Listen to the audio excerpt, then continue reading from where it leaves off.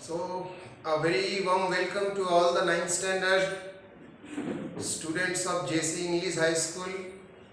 I think you enjoyed these last 2-3 days very much, and you got the notes also. And our last chapter was social only. It was family. It was in the sociology part. One chapter we have already finished. Only I will be supplementing you the question answers within 1 or 2 days. Now today we will start with economics. Not start economics. One chapter already we have done previously. That is natural resources. That chapter we have done. So we will proceed with the next chapter, that is chapter 2, human resource of India. Okay, so what is this human resource of India? We will go through. Like natural resources are available in the nature, but we the human, these are also our resource or wealth for each and every country. Because if you are having the material, if you are having natural resources, if you are having material resources, but for the production purpose, how you will do? All the assembling works are done by the human. You are having a machine, a person should be there who can run that machine. So we are also a resource. Like natural resources, the population is considered to be the wealth of a country. Population of a country means the persons or people who are living in a country. The people living in a country are the population of country. The people who are living in a country, they are the population of a country, which includes children, adult and senior citizen. Under the excuse me, under the age group of below 14 years, with that age group is regarded as children, whereas the age group from 15 to 60, it is regarded as adult, and above to 60 years old, those persons, whoever it is male or female, they are regarded as senior citizens. Only the adults are capable of working and form the national wealth. Okay, national wealth means the production or service of a country. See, children, they will go for study. Senior citizen, already they have done the work and they are in a age group where they can't do the work anymore. They are getting older. But it is the adults who are capable of doing the job or work.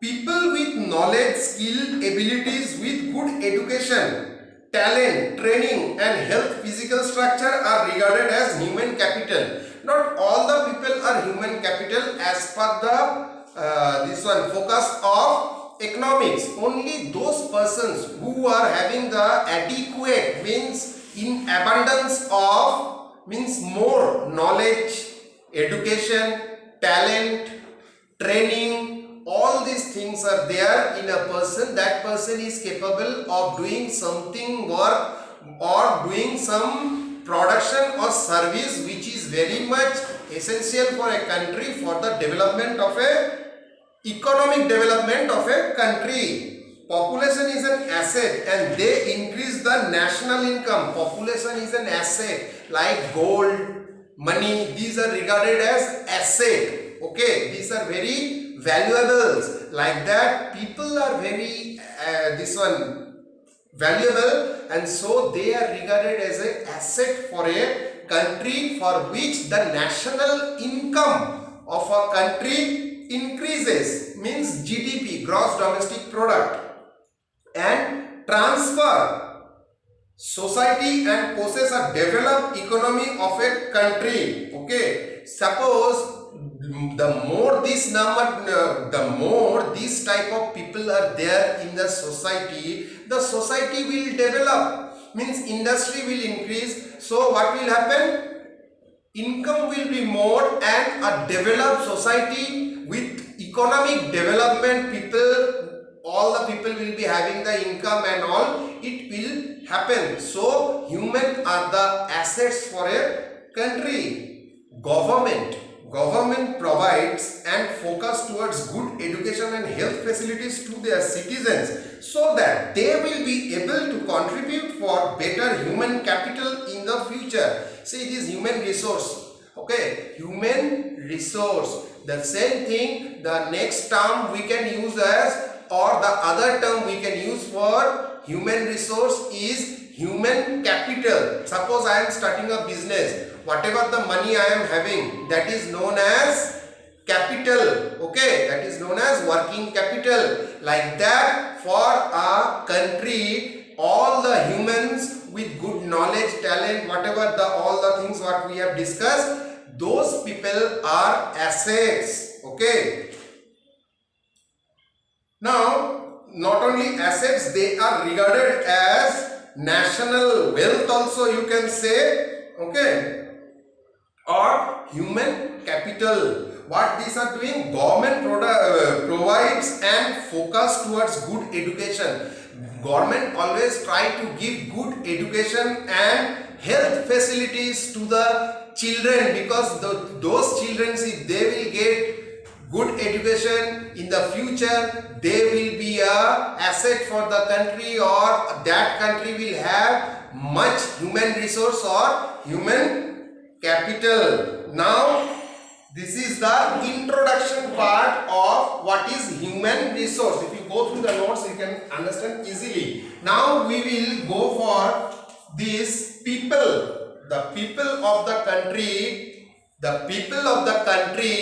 as a resource or asset. What is this? People with adequate education, training, knowledge are considered as nation's human resource. Okay, people with adequate knowledge should be there, training should be there. A person who don't do anything, who don't have knowledge, they are not our country's assets as per economic development. Okay, they can contribute more for the economic development of a country. Those persons who are knowledgeable, educated, having talent, having training, who are very much good in their job or work,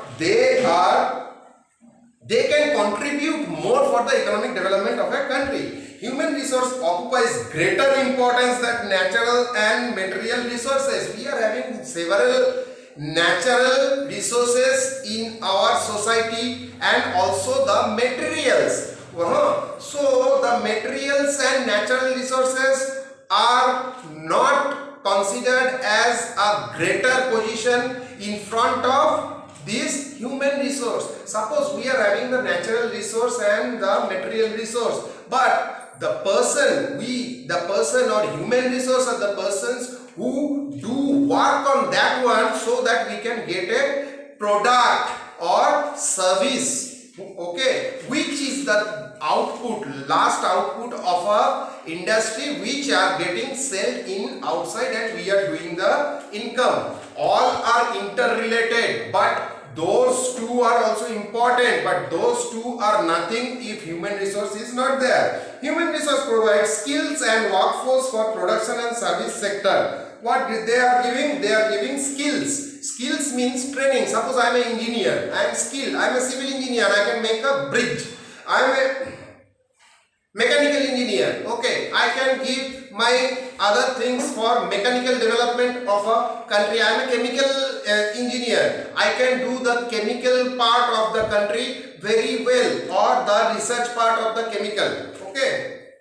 Previously, the large population of India was regarded as a burden. Previously, the large population, India is having a very large population, and this large population is regarded previously as a burden, because that time people was not that much of having knowledge and development was less, so poverty level was high.